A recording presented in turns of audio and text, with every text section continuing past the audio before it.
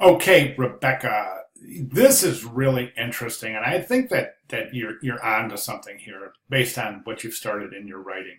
And my question to you is this, and if you could shoot me a response, that would be great. But my question is this, Rebecca, is it more important, or what supersedes, does the communicative value of an illustration supersede the technical proficiency of the illustration? And if the communicative value is such that it really starts the mind to wander and to think, is it okay, or does it have to be a technically outstanding illustration? At what point does content outweigh technical ability? And I say that because technically this is not. I mean, I don't mean to sound derogatory. I think it's a fascinating choice. Technically, it's not a great illustration. It's very primitive.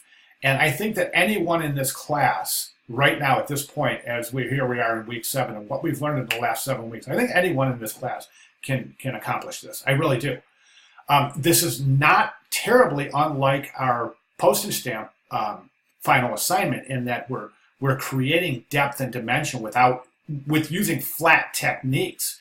The only difference here is that this is completely flat. There's absolutely no shading. There's no gradation, of course, but there's also no depiction of depth using variations of tonal values in solid form.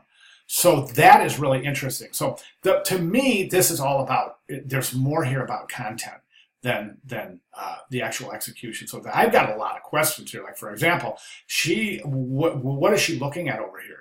Now, obviously, it's some kind of a children's party, and she's some sort of supervisory character. But why is she not paying attention to the kids?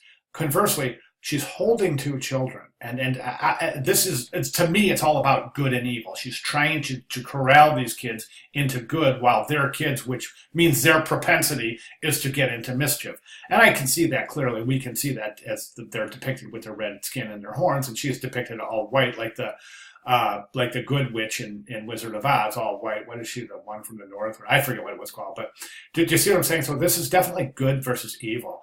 But why is this child more prone to good? Is that why he's more paying attention to her, while this child isn't even paying attention to her at all? However, is just fascinated with the number 6, the little kid here to her left.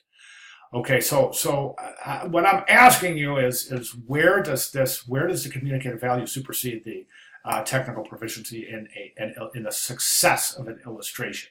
I'd like to know your thoughts on that. And also, what do you think? What does this mean to you? What does this piece mean? Is it good versus evil, or is it about evil? Is evil overtaking good, or is good prevailing here?